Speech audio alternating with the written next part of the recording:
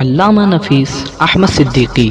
دینی معلومات کو اور شرعی مسائل کو جاننے کے لیے ہمارے چینل کو سبسکرائب کریں اور بیل آئیکن پر لازمی کلک کریں۔ کلیم الحق صاحب قطر سے سوال کرتے ہیں کہ روزے کی قضا اور کفارہ میں کیا فرق ہے، اس کی کچھ وضاحت فرما دیں۔ تو کلیم الحق صاحب، قضا تو وہ ہے کہ آپ نے کوئی روزہ نہیں رکھا اور اس کے بعد جب غیر رمضان میں جا کر آپ نے وہ روزہ رکھ لیا، تو جان بوجھ کر آپ ترک کریں یا انجانے میں ترک کر دیں روزے کو، تو اس کی قضا، اس روزے کی قضا آپ کے اوپر لازم ہے۔ اسی طرح آپ نے روزہ رکھا ہے اور روزہ رکھنے کی وجہ سے کسی شرعی عذر کی بنا پر آپ نے روزے کو توڑ دیا ہے اور جس کی وجہ سے وہ روزہ باطل ہو گیا، تو اب آپ کو دوسرا ایک روزہ جا کر غیر رمضان میں رکھنا پڑے گا۔ تو یہ تو قضا ہے کہ جو روزہ آپ سے چھوٹ گیا تھا وہ روزہ آپ جا کر بعد میں رکھ رہے ہیں۔ لیکن جہاں تک تعلق ہے کفارے کا، تو کفارہ وہ ہے کہ کوئی عاقل و بالغ شخص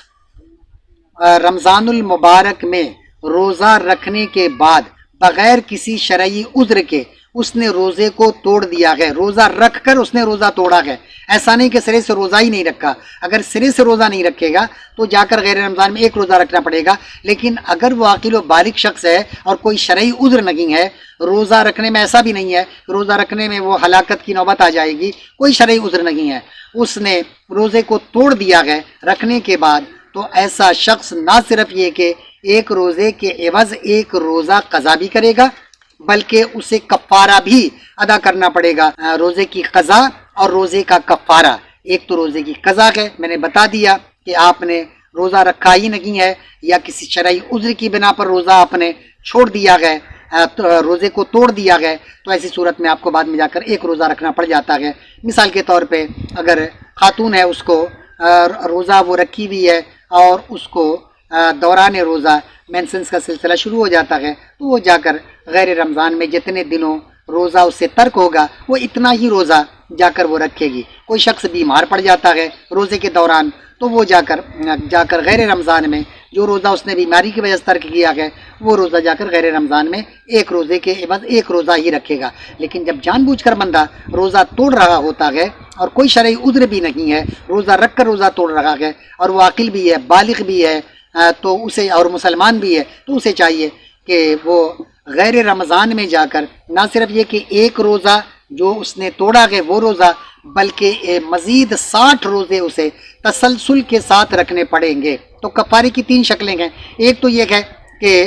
یا تو باندی یا غلام آزاد کرے، جو فی زمانہ اب یہ ناممکن ہے۔ پہلے لوگ مرد و عورت کو منڈیوں سے جا کر خرید کر لایا کرتے تھے اور اسے اپنی منمانی کام لیا کرتے تھے، لہذا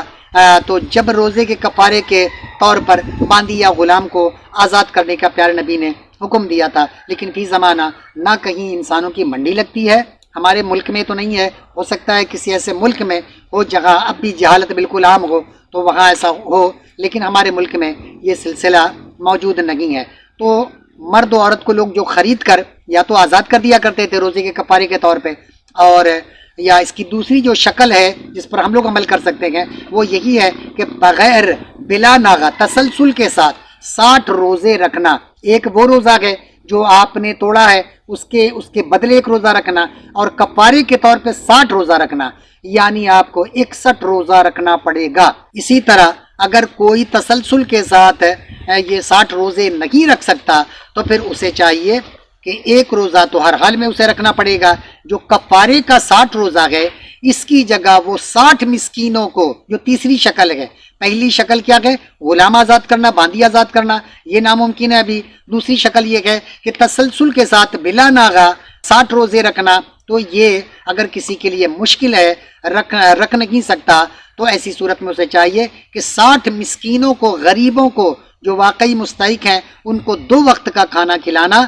اس کے اوپر لازم ہوگا۔ تو جب 60 مسکینوں کو 2 وقت کا کھانا کھلائے گا تو اس کے روزے کا کفارہ ہو جائے گا، ایک روزے کا یہ کفارہ ہے۔ تو جان بوجھ کر انسان کو نہیں چاہیے کہ اپنے روزے کو توڑے۔ ہاں کوئی شرعی عذر آ جائے، اس کی طبیعت خراب ہو جائے تو پھر وہ روزہ ترک کر دے، یا سفر کے عالم میں ہو تو روزہ ترک کر سکتا ہے۔ لہذا عام حالات میں، نارمل حالات میں، اور کوئی اس کے ساتھ شرعی عذر نہیں ہے، اگر اس نے روزہ رکھ کر توڑ دیا ہے تو پھر اسے یہ کفارہ ادا کرنا پڑے گا۔ تو روزے کی قضا اور روزے کا کفارہ، یقینی طور پہ آپ کو بات سمجھ میں آ گئی ہوگی۔ اللہ تعالی ہم سب کو توفیق دے۔ وما علینا الا البلاغ۔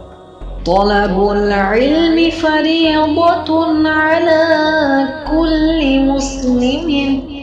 علم کا حاصل کرنا ہر مسلمان مرد عورت پر فرض ہے۔